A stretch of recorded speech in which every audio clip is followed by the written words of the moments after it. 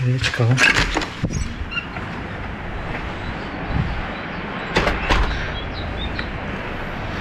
Çok yağmıyor. Öğlen 3.30'a kadar vaktim var. Saat şu an 11. Biraz şu ileride bir şeyler yiyeceğim. Orada takılacağım. Yağmur yani yağmazsa aslında şelaleye gidesim var ama bilmiyorum, bakacağız duruma göre. Bu şekilde yolculuk Bergen'e arkadaşlar. Evet, check out ettim şimdi. Şu ileriden bir yerden bu şey vardı ya, Mall of Norway vardı ya, onun yanında bir yerde varsa bir şeyler atıştıracağım. Şelaleye gidemedim arkadaşlar. Acayip bir fırtına çıktı. Halen daha yağmur yağıyor. Rüzgar da o biçim. Şimdi yarım saat kaldı. Feribotunu bekliyorum. Şuradaki Bergen'e gidecek. Burada bir tane var da bu başka. Gudvangen diye bir yer var. Oraya gidiyor. Fiyortlara. Benimki de fiyortlardan geçip Bergen'e gidecek. Onu bekliyorum. Evet arkadaşlar, Bergen'e doğru yola çıkıyoruz. 20 dakika sonra yolcu alımına başlayacaklar. Ben daha büyük bir gemi bekliyorum. Öyle orta halde bir feribotmuş. Yolculuk 5 saat 25 dakika sürecek. Herhangi bir aksilik olmazsa. Bu arada bileti Norlet'in web sitesinden aldım. Siz de öyle yapabilirsiniz. 1060 Norveç kronu ödedim. Yani 90-95 euro gibi bir şey yapıyor.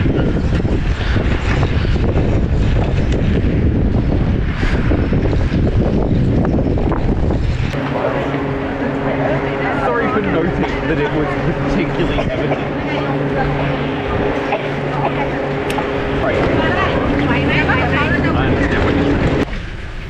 Şöyle feribotun içi. Bu cam kenarı kapalı.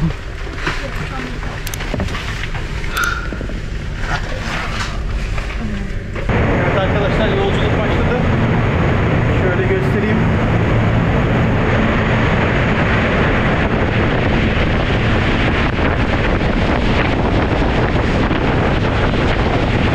Mükemmel gerçekten ya.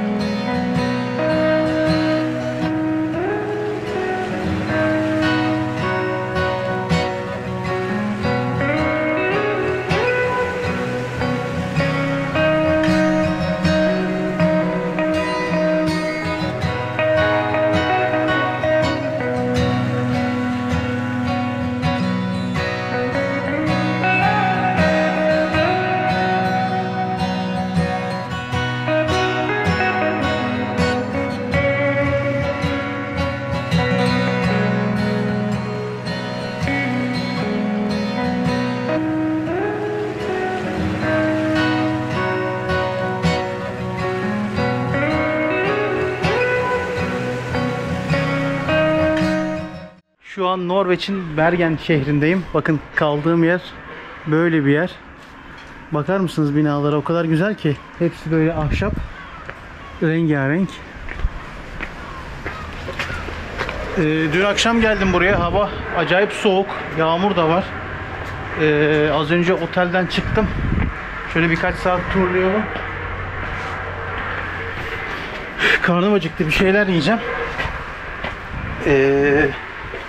Merkez iskelenin oraya gidelim. Feribot iskelesinin. Oradan bakalım bir şeyler bulabilirsek. Bakın çok güzel değil mi ya?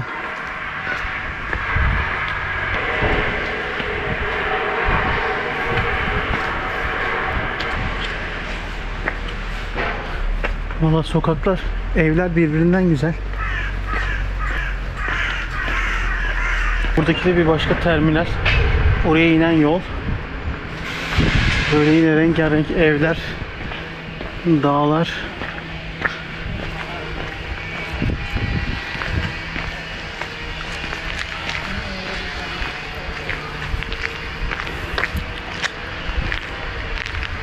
Yine soruyorum, yaşanır mı buralarda arkadaşlar? Ama havası soğuk.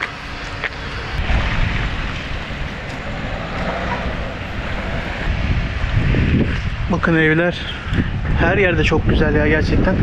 Her seferinde aynı şeyi söylemek istemiyorum ama şu sol taraf aşağıya iniyor. İskeleye. Karşıda da Bergen Kalesi var. Ama şurada güzel bir tane sokak gördüm. Oradan gidelim.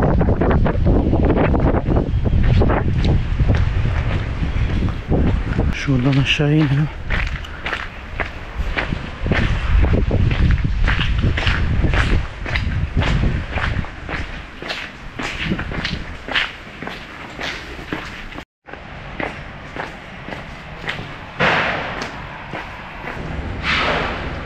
Bakın Bergen'de saç tıraşı 425 kronaymış.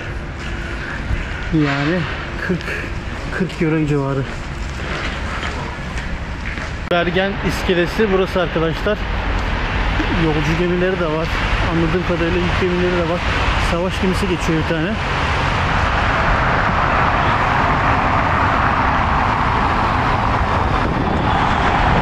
Bakın burası da Bergen Kilisesi. Nykirken diye geçiyor ismi. Orayı göstereyim yakından.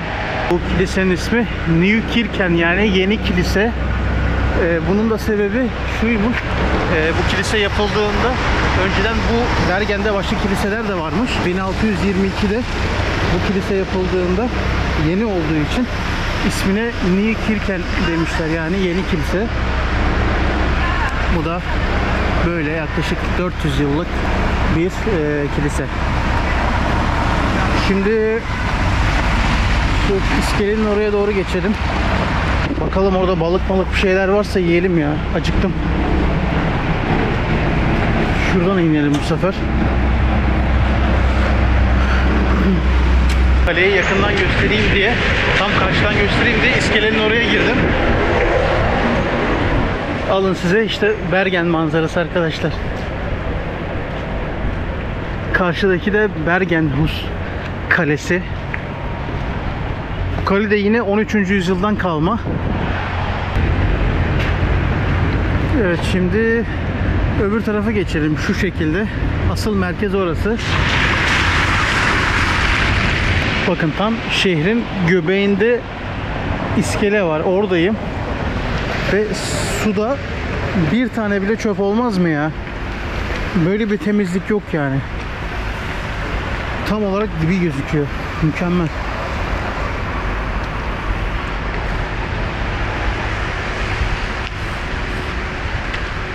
İşte Bergen'in merkezi burası arkadaşlar. Hemen şu sol tarafta zaten şey oluyor. Feribot terminali oluyor. Flåm'dan gelirken burada indim. Yani şu az ileride indim. Oradan bu tarafa doğru yürümüştüm.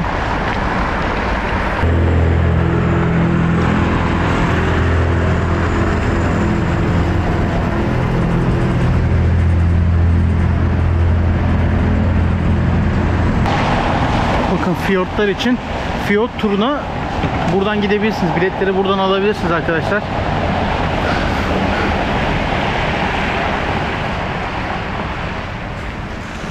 Bergen'in balık hali de burası. Şimdi şeylere bakalım, tezgahlara bakalım. Bir de isterseniz burada yemek de yiyebiliyorsunuz. Şöyle hızlıca bir bakalım.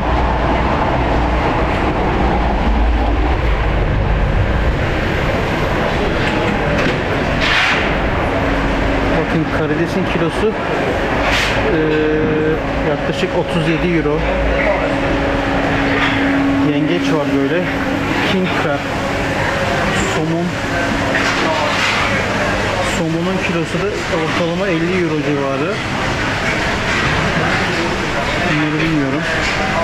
Şurada bir de balina eti olması lazım ya. Bir tane balina eti var.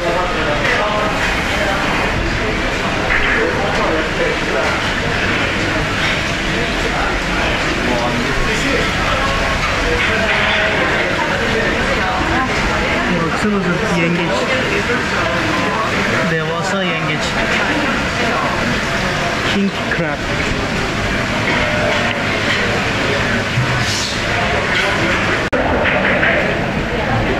Bakın bu tarafta da ıstakozlar var.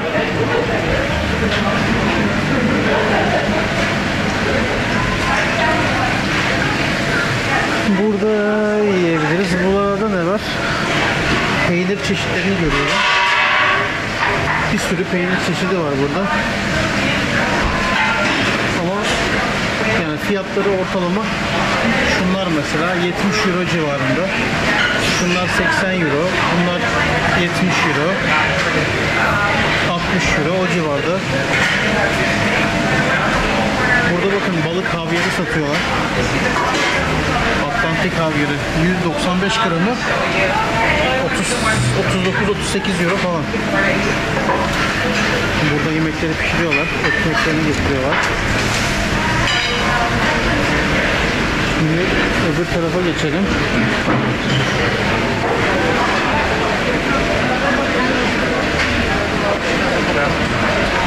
Burada da Tiger Brown olması lazım bunlar. Karides. Bunlar küçükleri.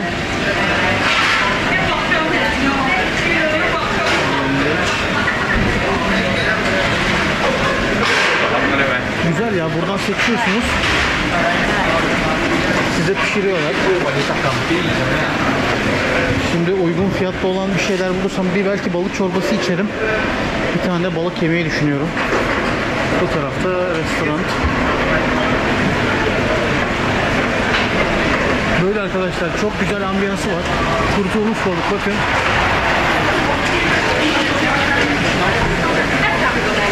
Bakın bir tane çorba söyledim. Bir tane de somon balığı söyledim. Öncesinde böyle ekmek getirdiler mis gibi. Böyle ekmeği yiyelim. Tereyağla birlikte.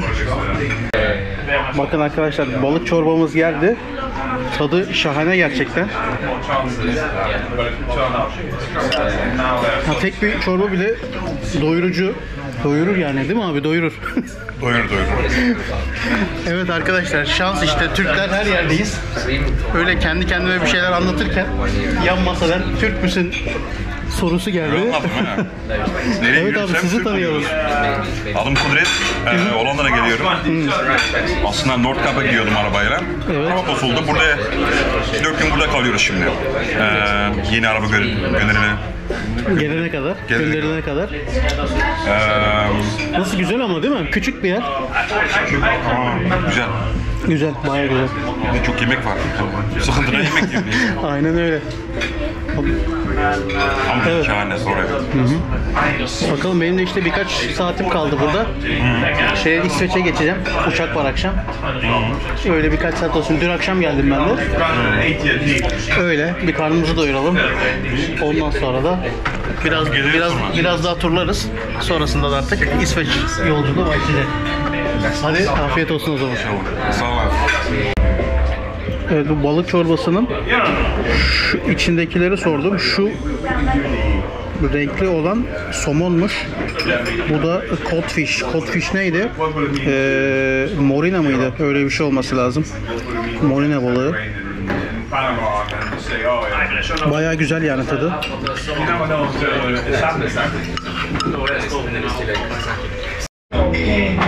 Bir de şöyle ana yemek olarak smoked salmon, kurutulmuş somon balığı geldi. Fena değil tadı. Böyle bir şey hayal etmemiştim ama daha böyle kızartma gibi hayal etmiştim. Ama güzel tadı. Yanında da sos.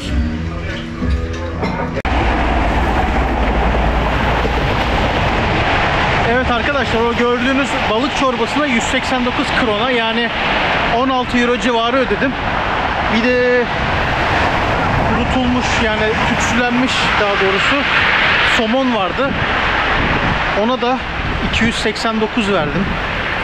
Yani pardon 249 verdim. O da 22 euro gibi bir şey yapıyor. Kola aldım bir tane 69 krona. 5 euro civarı. Bu şekilde, yani toplamda ödediğim para, bir tane kahve içtim en sonunda. Toplamda ödediğim para 60 euro. Yani Norveç standartlarına göre bilmiyorum, normal herhalde. Bir de tam böyle limanın yanında güzel bir kafede, şuradaki kafede yedim.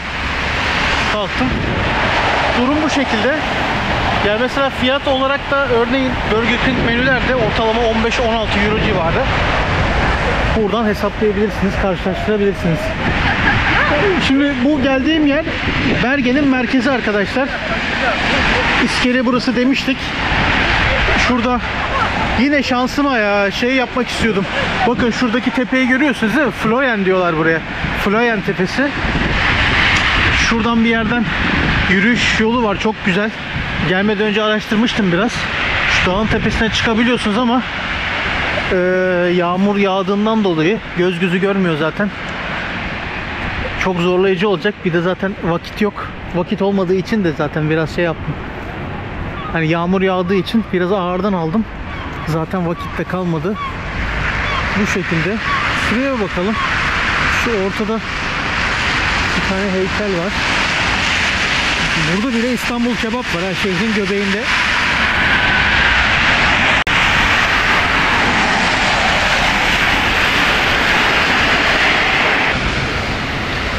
Bakın bu da ünlü komutanlardan Holberg. Bergen için önemli bir yere sahip olan bir komutanmış. Onun heykelini koymuşlar ortaya. Burada da öyle Orta Çağ manzarasını hatırlatan şey var. Bir tane meydan var.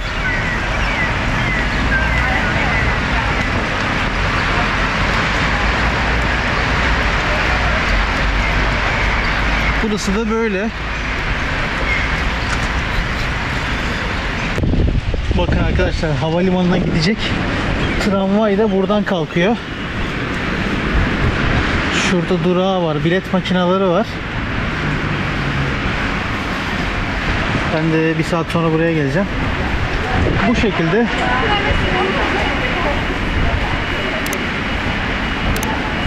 Dediğim gibi elimden geldiğince size Bergen'i göstermeye çalıştım. Dediğim gibi küçük bir yer. Çok fazla gezilecek bir yer yok. Zaten yağmur da yağıyor. Size gösterdiğim yerler bu yüzden kısıtlı oldu. İstasyon adı bakın Baybanen. Böyle arkadaşlar. Şimdi akşam üzere Stockholm'a gideceğim. Uçağım var. O yüzden önce otele gidip valizlerimi alacağım. Ondan sonra da Stockholm'a gideceğim. O zaman İsveç'te görüşürüz. Kendinize iyi bakın.